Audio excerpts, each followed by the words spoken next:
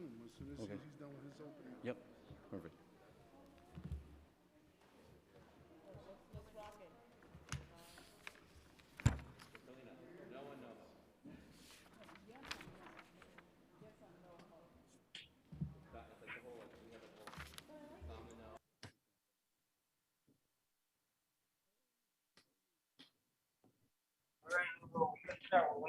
All right. Good afternoon, Sergeants. Can you please start your recordings? Recording in progress. Thank you. Cloud is up. Good afternoon, everyone. Welcome to today's remote New York City Council hearing of the Subcommittee on Zoning and Franchise. To minimize disruption, please place electronic devices to vibrate or silent. Thank you for your cooperation. Chair, we are ready to begin. Thank you. Good morning. I'm Councilmember Francisco Moya. I'm the chair of the Subcommittee on Zoning and Franchises, and I'm joined remotely and in person today by Council members Borelli, Barry G, Ayala, Rivera, Levin, and Chin. Today we begin today's meeting. I will now open the public hearing on a preconsidered LU item under ULURP number C210272 ZSK relating to the 1 Wyeth IBIA proposal in Councilmember Levin's district in Brooklyn, and which is also includes a zoning text amendment. I'll note that in conjunction with the related preconsidered zoning text amendment, the subcommittee held a public hearing at our December 2nd meeting and took comprehensive testimony concerning the anticipated development. And once again, I'll remind everyone that this is a hearing for the 1 Wyeth IBIA proposal in Brooklyn, which is the only land use item on which we'll be taking public testimony here today. For items not being heard today, we remind you that the written testimony may be submitted by email to landusetestimony@council.nyc.gov. Council, do we have any members of the public signed up today to testify on this item? Yes, Chair. I do believe that we have a number of speakers signed up for this item. Please stand by for the identifications. Okay, members of the public will be given 2 minutes to speak. Please do not begin until the Sergeant at Arms has started the clock.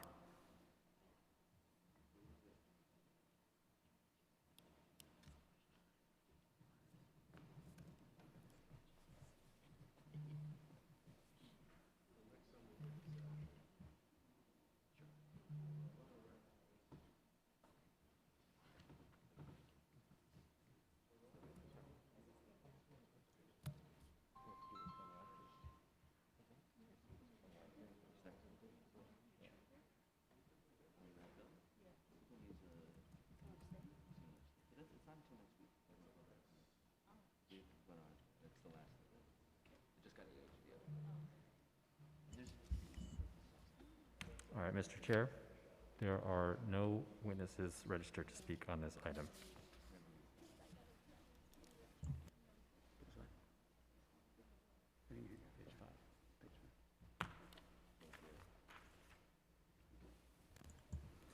Okay, there being no members of the public who wish to testify on the preconsidered LU item under ULURP number C219272 ZSK for the 1 Wyeth IBIA zoning special permit application, the public hearing is now closed. Barry G.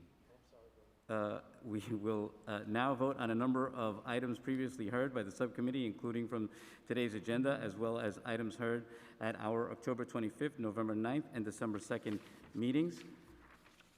We will vote to approve with modifications LU's numbers 918, 919 for the Soho NoHo neighborhood plan proposal in Councilmember Chin's and in Councilmember Rivera's districts in Manhattan. The proposal seeks a zoning text amendment to create a special Soho NoHo mixed-use district and apply the mandatory inclusionary housing program to the new special district, together with a related zoning map amendment to replace existing M15A and M15B districts with a mix of medium and high-density mixed-use districts. Our modifications will strengthen the proposed plan by implementing lower heights in the appropriate locations while retaining opportunities for affordable housing production in higher density areas, lowering commercial FRAs in most of the rezoning area, restricting dormitory and university uses, imposing a square footage cap on eating and drinking establishments, revising the retail proposal to allow for more flexibility in certain areas, while implementing a special permit for large-scale retail in excess of 25,000 square feet, with findings focused on quality of life concerns and requiring deeper affordability by striking MIH option 2 while retaining option 1. Council members Chin and Rivera are in support of the proposal as modified. And in addition, they have negotiated a comprehensive package of capital and policy commitments that they can cover in more detail in their remarks.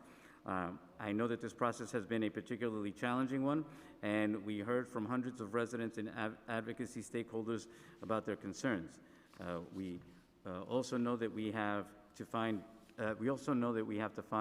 a way as a city to build more housing, and especially housing in neighborhoods that have the best schools, transit, and access to opportunity. I want to acknowledge the really hard work of Councilmember Rivera and Chin, Borough President Brewer, and Community Board 2 to try to sift through these competing priorities and work with the best of intentions to improve this plan. We will also vote to approve with modifications LUs numbers 906 and 907 for the 250 Water Street proposal relating to property in Councilmember Chin's district in Manhattan. The proposal seeks a zoning text amendment to modify various South Street Seaport sub-district regulations and a related zoning special permit to modify various bulk regulations as part of a large-scale general development, all to facilitate the redevelopment of a block bounded by Water Street, Beekman Street, Pearl Street, and Peck Slip. Our modification will be to enable a development rights transfer to establish 250 Water Street as a receiving site under the sub-district rules, as well as to reduce the amount of zoning floor area being distributed from Pier 17 by a corresponding amount. The size of the development would remain unchanged under these modifications. Councilmember Chin is in support of the proposal as modified. We will also vote to approve pre-considered LU items under ULURP number C210272, ZSK, and N210273, ZRK, for the 1 Wyeth IBIA proposal relating to property in Councilmember Levin's district in Brooklyn. The changes and a waterfront authorization approval would facilitate the mixed-use waterfront development known as River Ring on a vacant site formerly owned by Con Edison. The proposal would create approximately 1,050 dwelling units, approximately 263 of which would be affordable through MIH option 1. Our modification will be to restore the originally proposed zoning text, which permits existing or reconstructed piers or platforms to be considered lot area for the purpose of applying certain zoning regulations, including floor area consistent with the policy of the rest of the North Brooklyn waterfront. A few members have had a number of challenging projects, as Councilmember Levin has had in his time as the council, and he may have saved the best for last. Not only will this project create an extraordinary new waterfront park with a shoreline that is designed to adapt to the climate risk we face as a city, the project will also include 263 units of new affordable housing, a new YMCA with the discounted membership for the community, and a new affordable housing fund to help fund additional senior housing in CB1. We can rarely address so many different policy issues on one project, so I want to congratulate him on all of his achievement here. We will also vote to approve LU 923 for the citywide health and fitness zoning text amendment by the Department of City Planning. The proposal seeks to modify use regulations relating to gyms, spas, licensed massage therapy, and other health and fitness facilities defined by the Physical Cultural Establishment, or PCEs. The proposal would generally allow all such facilities as Use Group 6 or Use Group 14 and remove the requirement to obtain a BSA special permit. We will also vote to approve with modifications LU 924 for the citywide fresh expansion proposal, also by the Department of City Planning. The proposal seeks to modify and expand the existing food retail expansion to support health program, also known as fresh also known as the Fresh Program, which provides zoning incentives for neighborhood grocery stores to locate within underserved communities. The text amendment would expand the program boundary and include various program updates, including a mechanism to prevent saturation of fresh supermarkets, modifications to the glazing requirements for conversions, and changes to parking regulations. Our modifications will be to carefully limit the geographic applicability of the updated regulations so as not to include areas with well-established fresh food options. And we will also vote to approve proposed intro number 2443A, a local law relating to increasing penalties related to using joint living work quarters for artists contrary to zoning. We have also been joined by Councilmember Reynoso via Zoom.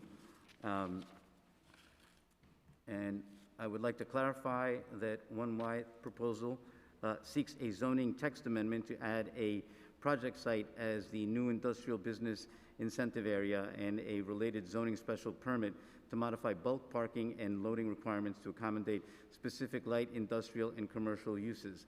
Councilmember Levin is in support of this proposal. And now, let me turn this over to,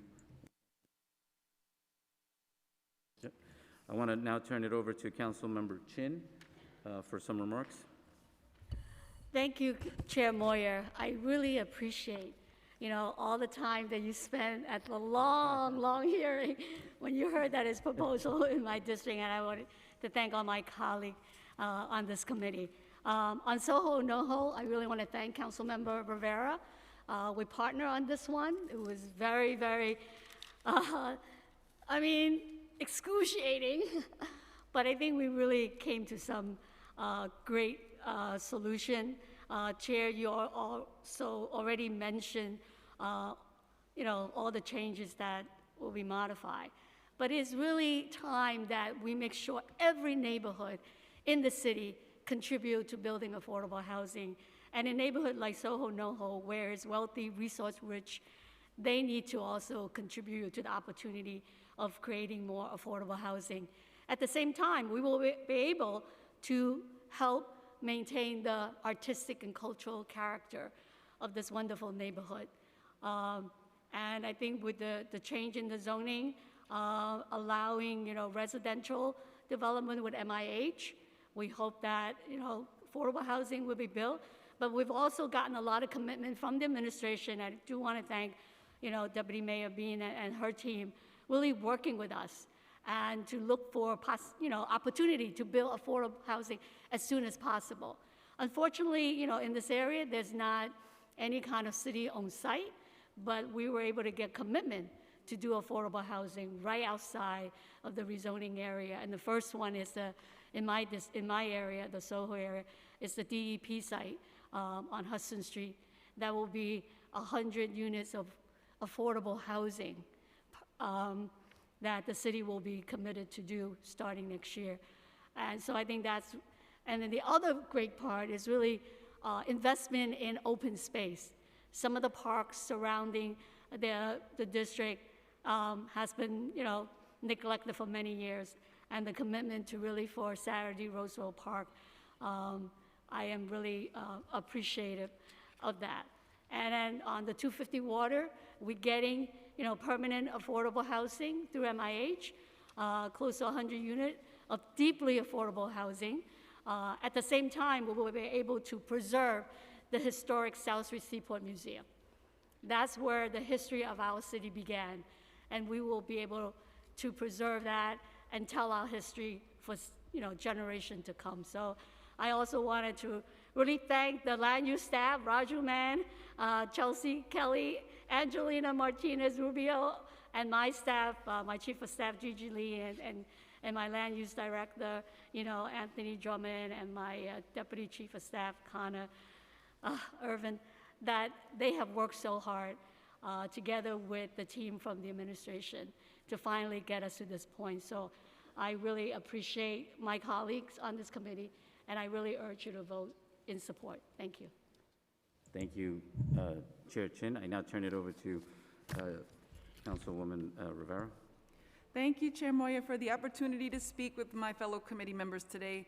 So today the committee will vote on the Soho NoHo rezoning proposal, which marks a critical change to the city's historic practice of focusing neighborhood rezonings in communities of color, moving us towards a more equitable future where all neighborhoods contribute their fair share in our ongoing fight against the housing crisis facing New York City. In our approach to this proposal, we held one clear goal as our North Star: to incentivize the creation of affordable housing at income levels where it is desperately needed. The plan that we will vote on today started with discussions that sought to contemporize the catchment area's land use mechanisms, where much of what exists today remains as it was in the 1970s. The finished product is not perfect. It can't be, because the underlying mechanisms on affordability are themselves imperfect. This plan does get us further in creating a rational framework for housing generation and retail operation in this high-value, transit-rich neighborhood. Before this certified, we try to make our priorities clear to the administration, priorities that we believed would help make this project a long-term success. After receiving a scope of work that fell short of what we in the community wanted, we began a rigorous series of tough negotiations and internal reviews so that we could do our best by the neighborhood. In my case, the northern part of NoHo. This included reducing commercial FAR as much as possible in order to make housing the best possible development option. We also eliminated dorm and college university usage, again, to push developers toward housing above all else. We are also seeking to map this area with MIH options that address the income brackets most in need, not wider and higher income bands. With this proposal, we are creating a fund for local arts and another meant for housing creation and preservation. The agreement will also bring much needed funding for legal support to the area's loft tenants. As it relates to my area of NoHo, tweaks to the proposed map help address concerns related to structurally sensitive sites that are of concern to neighbors. Community benefits related to quality of life and open space issues, highlighted for so long by local stakeholders, are also addressed significantly. I will speak more to these and other important land use actions and programs in future remarks, but it's no secret that this process was plagued by roadblocks from private interests, a tight timeline, misinformation, and scare tactics. One thing that is abundantly clear is that before certification, the comment period must be collaborative rather than performative, and DCP needs to seriously take into consideration the comments and suggestions from elected officials and local stakeholders. It is the only way to create a process that is genuinely collaborative and protected from cynicism. I'm appreciative that we eventually were able to have real conversations and that we were able to address core concerns, even if some of the changes are unilateral under the council's power to modify this action. Of course, any approval does not mean that our work is over. Monitoring its success and collaborating with advocates on behalf of existing and new tenants is one of our most important commitments. I hope the work we have done in hammering out a proposal that is significantly better than where we started will yield promising results for New Yorkers. For that, I am grateful to Councilmember Margaret Chen, the Council Land Use Division, especially Raju, Angelina, and Chelsea, and both of our district teams for their partnership, their expertise, and of course their support during the entire process. I urge you, my colleagues, to join us in voting aye. Thank you. Thank you. I now turn it over to Councilmember Levin.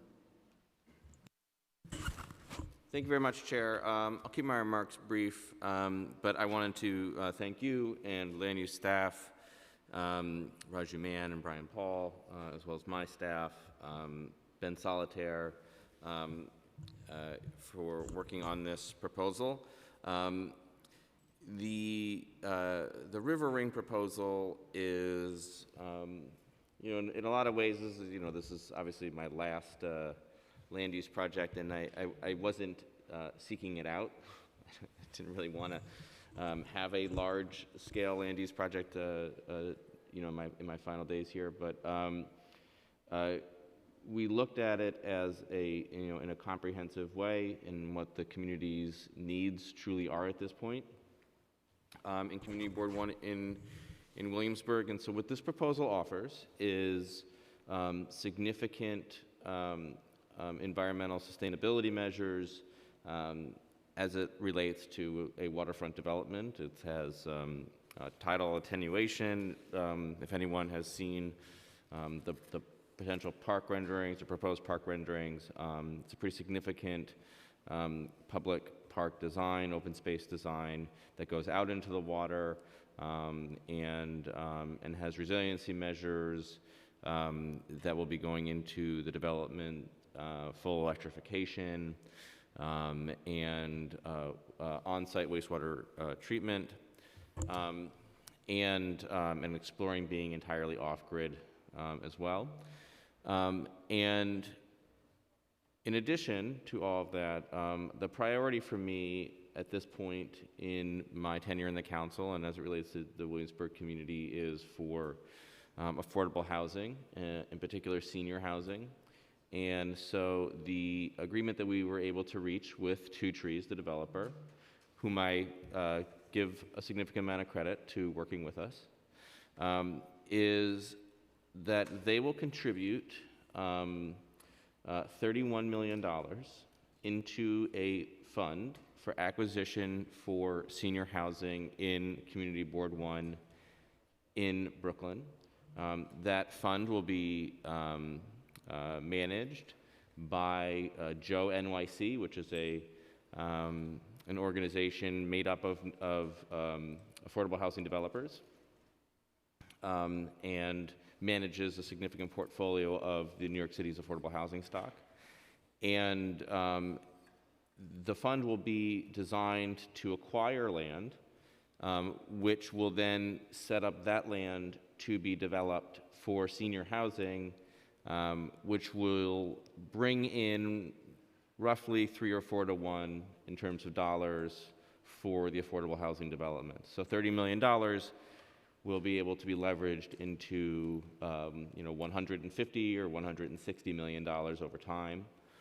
And our expectation, based on land prices in Williamsburg right now, is that it will produce an additional 200 units of affordable housing, bringing the total number of units of affordable in this project to 463 approximately, out of a little bit over 1,000. So close to or around 40% affordable, which, in my opinion, after doing this land use projects for 12 years, 40% affordable on a private development is really the best that I've been able to get, and is worth approving. So I understand communities' concerns around additional density. This will bring additional density to the neighborhood. This is an already dense neighborhood, and so it's a marginal increase, but it has real impacts. But I do believe that on the other side of that equation, bringing a 40% affordable development to the community will have a meaningful impact, particularly where it really counts, which is in senior housing, affordable housing, through the HPD, SARA, and ELLA programs. I also want to thank Sean Fitzpatrick, who's here, on behalf of the de Blasio administration for helping work with us on this and achieve this outcome. And so with that, I recommend my colleagues vote aye on this one. Thank you, Chair. Thank you. I now call for a vote to approve Intro 2443A, LU number 923, and LUs 956 and 957 for the One Wyeth proposal, as well as to approve with the modifications I have described, LUs 906 and 907, 918, 919, 924, and 929, 930, 932 through 936. Council, please call the roll. Chair Moya. I vote aye. Councilmember Levin. I vote aye. Councilmember Reynoso.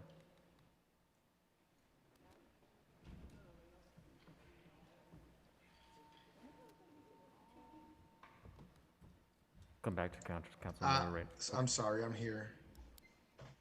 I would Councilmember like Reynoso. I would like to vote aye on all and would reserve my comments for the Land Use Committee or at the stated. Thank you.